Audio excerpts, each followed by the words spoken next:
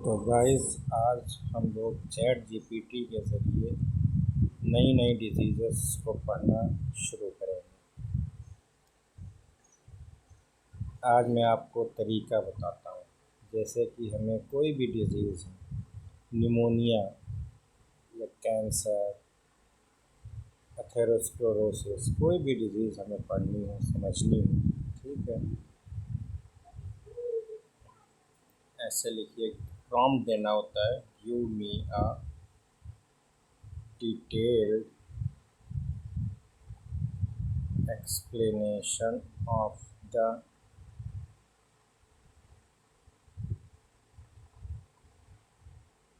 pneumonia disease, cause and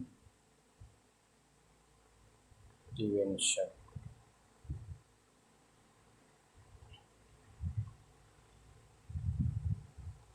इस तरह से आपको पूरा जो डिटेल्ड एक्सप्लेनेशन है निमोनिया का, किसकी वजह से होता है, क्या क्या टाइप्स हैं उसके, सारी चीज़ें आपको मिल जाएंगी। इसको हम आपको अब समझा देते हैं। तो निमोनिया एक तरीके का लंग डिजीज़ होती है। फेफड़े की आपकी जो डिज़ीज़ है वो निमोनिया कहते हैं। मतलब लंग्स का अगर इन्फ्लेमेशन हो जाए, किसी वजह से फूल जाए, एल्वेलाई जो एक लंग्स का पार्ट होता है वो अगर फूल जाए, उसमें इन्फेक्शन हो जाए, फ्लूइड या पस उसमें भर जाए, ऐसी कंडीशन को निमोनिया कहते हैं। इसका कॉज क्या होता है? ये जो है वेरियस कॉज होते हैं। बैक्टीरियल भी हो सकता है, वायरल भी हो सकता है, फंजाई के द्वारा भी किया जा सकता है। बैक्टीरिया में जो सबसे कॉमन बैक्टीरिया होता है जिसकी वजह से निमोनिया हो सकता है या होता है, उसको कहते हैं स्ट्रेप्टोकोकस निमोनी। ठीक है, ये मेन कॉज होता है एडल्ट्स में आपका। ठीक है, इसके अलावा जो बैक्टीरियाज कॉज कर सकते हैं जैसे हीमोफिलियस इन्फ्लुएंजी, माइकोप्लाज्मा निमोनी, क्लाइमोफिया निमोनी। ठीक है, वायरसेस में जैसे इन्फ्लुएंजा वायरस, आरएसवी होता है आपका, एक रेस्पिरेटरी सिंसाइटियल वायरस होता है आपका। ठीक है, कोविड-19 जैसे था, ये भी आपका एक लंग डिजीज़, जैसे सांस लेने में दिक्कत हो रही थी लोगों को, फीवर वगैरह आ रहा था, ठीक है, खांसी वगैरह। तो कोविड-19 भी एक तरीके का निमोनिया का ही एक सिम्टम था, या उसी की तरह की एक डिजीज़ थी। ठीक है, इसी तरह फंजाई से भी हो सकता है। ठीक है, अब टाइप्स देख लेते हैं। जैसे कम्युनिटी एक्वायर्ड निमोनिया होता है, हॉस्पिटल एक्वायर्ड होता है, वेंटिलेटर एसोसिएटेड निमोनिया होता है, एस्पायरेशन निमोनिया होता है। ठीक है, सिम्टम्स मेन क्या होते हैं, मेन ये हमें देखना है। निमोनिया अगर किसी को है तो हम कैसे पहचानेंगे कि ये निमोनिया या निमोनिक पेशेंट है। ठीक, तो कफ, सबसे पहले कफ यानी खांसी उसे आएगी। में produce green yellow and bloody sputum. ठीक है, यानी जो उसका कफ है, जो उसका बलगम निकलेगा, वो किसी भी कलर का, ग्रीन, येलो या फिर ब्लडी, यानी इसमें अगर हो सकता है ब्लड भी, कभी अगर सीवियर निमोनिया है तो उसको ब्लड भी आ सकता है उसके कफ में। ठीक है, फीवर एंड चिल्स भी हो सकता है, यानी जो उसको बुखार आएगा वो शिवरिंग के साथ आएगा, कपकपी सी लगेगी। ठीक है, चेस्ट पेन हो सकता है, यानी सीने में दर्द होगी उसके। शार्प एंड स्टैपिंग होगी। वर्सन विद डीप ब्रीथ, यानी जब हम सांस अंदर लेंगे, गहरी सांस, तब चेस्ट पेन हो सकता है। ये एक सिम्टम हो सकता है निमोनिया का। शॉर्टनेस ऑफ ब्रीथ, मतलब थोड़ी थोड़ी जल्दी जल्दी सांस लेगा आदमी। फटीग, बहुत ज़्यादा वीकनेस लगेगी, कमज़ोरी लगेगी। रैपिड शैलो ऑफ ब्रेथ, यानी वही जल्दी जल्दी सांस लेना, क्योंकि उसको ऑक्सीजन नहीं मिल पा रही है सेल्स को, तो ऑक्सीजन की डेफिशिएंसी की वजह से उसको ऑक्सीजन हंगर होगा, जिसकी वजह से वो जल्दी जल्दी सांसें लेगा। वो उसका एक रिफ्लेक्स है कि बॉडी को ऑक्सीजन चाहिए तो उसको जल्दी जल्दी सांस लेगा वो, ताकि ऑक्सीजन की रिक्वायरमेंट को पूरा किया जा सके। कन्फ्यूज़न होगी उसको, एंड लॉस ऑफ एपेटाइट, यानी भूख भूख की कमी हो जाएगी उसको। ठीक है, चिल्ड्रंस में क्या होगा, फास्ट ब्रीथिंग, वही सांस जल्दी जल्दी चलेगी। ग्रंटिंग साउंड, एक साउंड भी आ सकता है, जैसे लंग साउंड्स में जो एबनॉर्मल लंग साउंड्स होते हैं।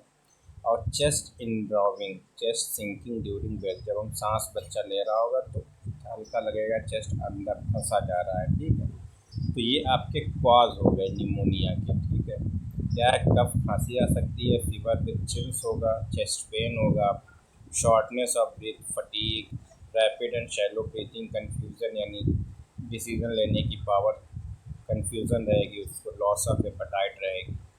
ठीक है, अब हम डायग्नोसिस में क्या क्या, अगर किसी को निमोनिया है तो उसको हम डायग्नोसिस कैसे करेंगे, हम उसको क्या क्या प्रेफर कर सकते हैं। ठीक है, तो फिजिकल एग्जामिनेशन में क्रैकल्स और रेल्स ऑन लंग्स अस्कल्टेशन, हम लंग्स का अस्कल्टेशन करेंगे स्टेथोस्कोप के ज़रिए से। ठीक है, लंग साउंड्स को हम सुनेंगे कि अगर लंग साउंड्स जो होते हैं, रैकल्स होता है, क्रैकल्स होता है, तो हम देखेंगे रोंकाई होता है, वीजिंग होता है, ये मतलब साउंड्स होते हैं लंग्स के। ठीक है, तो हम देखेंगे क्या कहीं क्रैकल्स जो साउंड है वो कहीं लंग्स से आ तो नहीं आ रही है, इसका अगर आ रही है हम हियर करेंगे, स्कल्टेट करेंगे लंग्स को, अगर साउंड आ रही है तो इसका मतलब क्या है कि उसको निमोनिया हो सकता है। ठीक है, एक ये डायग्नोसिस हो गई। दूसरा हम क्या करेंगे, चेस्ट का एक्सरे करवाएंगे, उसके लंग्स का एक्सरे करवाएंगे।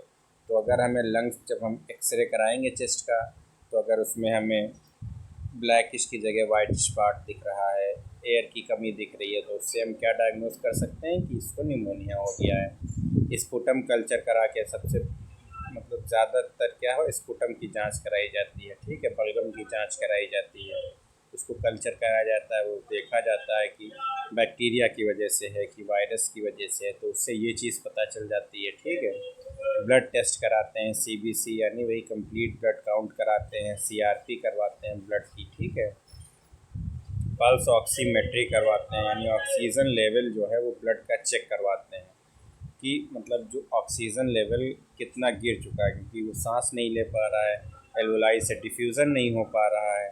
ठीक है, तो उसको हम चेक करेंगे कि कितना लेवल ऑक्सीजन का ब्लड में रह गया है, यानी उससे पता चलेगा कितनी सीवियरिटी है निमोनिया की। ठीक है, अगर बहुत ज़्यादा कॉम्प्लेक्स केस हो गया है, बहुत ज़्यादा एडवांस हो चुकी है, यानी बहुत ज़्यादा देर हो गई है उसके ट्रीटमेंट में, तो हम सीटी स्कैन वगैरह करा सकते हैं, उससे भी हमें एक बिल्कुल परफेक्ट डायग्नोसिस मिल जाएगी। ठीक है, तो ये डायग्नोसिस के 4-5 तरीके हो गए आपके कि फिजिकल एग्जामिनेशन में, यानी हम सिर्फ स्टेथोस्कोप रखेंगे, स्कल्टेट करेंगे, अगर हमें साउंड सुनाई देगी तो हम समझ सकते हैं कि हाँ इसको निमोनिया हो गया है। या फिर दूसरा एडवांस में है, जैसे मशीनों की यूज़ करेंगे तो चेस्ट का एक्सरे कराएंगे, स्पुटम को कल्चर करवा सकते हैं, ब्लड टेस्ट करा सकते हैं वही। ठीक है, सिटी स्कैन, ऑक्सीमीटर यानी ऑक्सीजन का लेवल चेक कर सकते हैं हम लोग। अब ट्रीटमेंट में हम क्या, अगर वही चीज़ है, अगर बैक्टीरिया है, किस वजह से, जिस जो कॉज अगर हमें पता चल गया तो उसी के एतबार से हम उसकी डायग्नोसिस करेंगे, उसका ट्रीटमेंट करेंगे। ठीक है, तो अगर बैक्टीरियल निमोनिया है यानी बैक्टीरिया की वजह से हो रही है, जैसे स्ट्रेप्टोकोकस निमोनिया मैंने बताया था, तो एंटीबायोटिक्स चलाएंगे, यानी एंटीबायोटिक्स यानी वो मेडिसिन जो बैक्टीरिया को मारने के लिए होती हैं। एंटी मतलब अपोजिट, बायोटिक्स मतलब बैक्टीरिया, यानी बैक्टीरिया को मारने के लिए, तो उनको ऐसी ड्रग्स को क्या कहेंगे, एंटीबायोटिक्स, जैसे एमॉक्सिसिलिन, माइक्रोलाइड्स, फ्लूरोक्यूलोन्स। ठीक है, अगर वायरस की वजह से है तुम्हारा तो क्या है, mostly supportive care, rest, food and antipyretics चलाते हैं, यानी एंटीपायरेटिक्स यानी वो ड्रग्स जो फीवर के लिए होती हैं, पायरिया, पायरेक्सिया कहते हैं ना फीवर को, तो एंटीपायरेटिक्स। ठीक है, एंटीवायरल चलाएंगे, जैसे एंटीबायोटिक्स थी उसी तरीके से एंटीवायरल। ठीक, ऑसेल्टामाइविर फॉर इन्फ्लुएंजा के लिए। ठीक है, ऐसे अगर फंगल निमोनिया है तो एंटी फंगल मेडिकेशन यानी मेडिसिन चलाएंगे।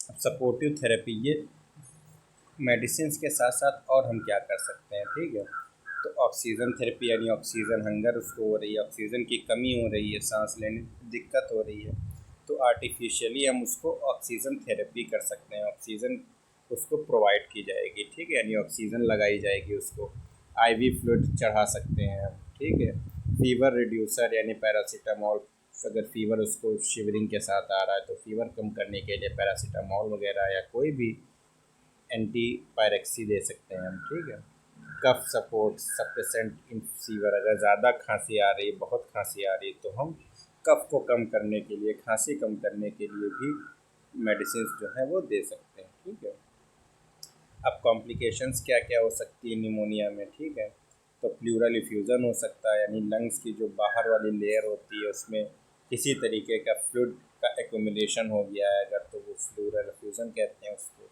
लंग एब्सिस हो सकता है, यानी वही लंग कैंसर की तरह लंग्स में दिक्कत हो सकती है। सेप्सिस, रेस्पिरेटरी फेल्योर हो सकता है, यानी सांस लेने में दिक्कत हो रही है तो धीरे धीरे पूरा रेस्पिरेटरी सिस्टम जो है वो फेल हो सकता है।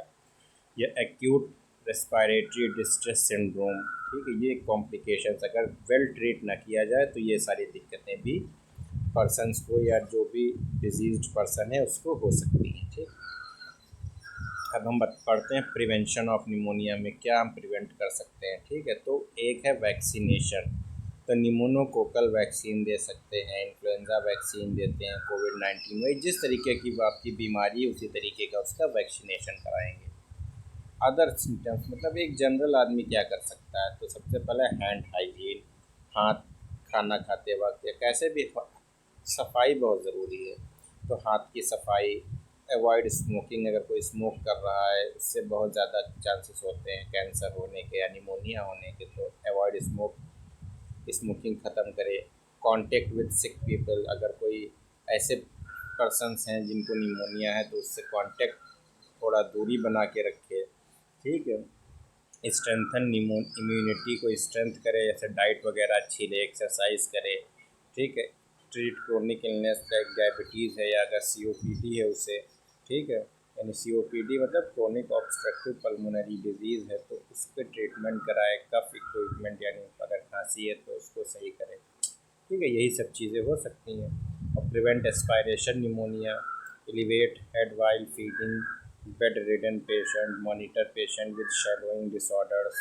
ठीक है, avoid sedative and alcohol excess in high risk people, यानी अगर ज़्यादा हाई रिस्क निमोनिया है तो उसको अल्कोहल या स्मोकिंग वगैरह बिल्कुल बंद करनी होगी। ठीक है, अब ये देख लेते हैं, समरी टेबल दी हुई है, तो कौन सा सिस्टम कैसे अफेक्ट होता है। तो सिस्टम अफेक्टेड क्या है, रेस्पिरेटरी यानी लंग्स, एल्वेलाई है। मेन कॉज बैक्टीरिया होता है, स्ट्रेप्टोकोकस निमोनी। सिम्टम्स क्या होते हैं, cough, fever, chest pain, breathlessness. Diagnosis हम एक्सरे वगैरह कराएंगे, स्पुटम टेस्ट कराते हैं। ट्रीटमेंट में एंटीबायोटिक्स, एंटीवायरल देते हैं। प्रिवेंशन में वही वैक्सीन लगवाएंगे, स्मोकिंग बंद करें, अल्कोहल बंद करें। ठीक है, आई होप आपको ये जानकारी अच्छी लगी होगी। ऐसे ही हम एक एक डिटेल में सारी चीज़ों को पढ़ेंगे और समझेंगे। हमारे चैनल से जुड़े रहें। हमारे चैनल पर अगर आप नए हैं तो सब्सक्राइब करें, लाइक करें और ऐसे ही अपने दोस्तों को शेयर करें। ऐसे ही धीरे धीरे करके हम जो डिज़ीज़ की डायग्नोसिस है, उसका ट्रीटमेंट है, उसका कॉज है, ये हम चीज़ें समझेंगे। ठीक है, फिर मिलते हैं आपसे अगली डिज़ीज़ के साथ। तब तक के लिए टाटा बाय बाय।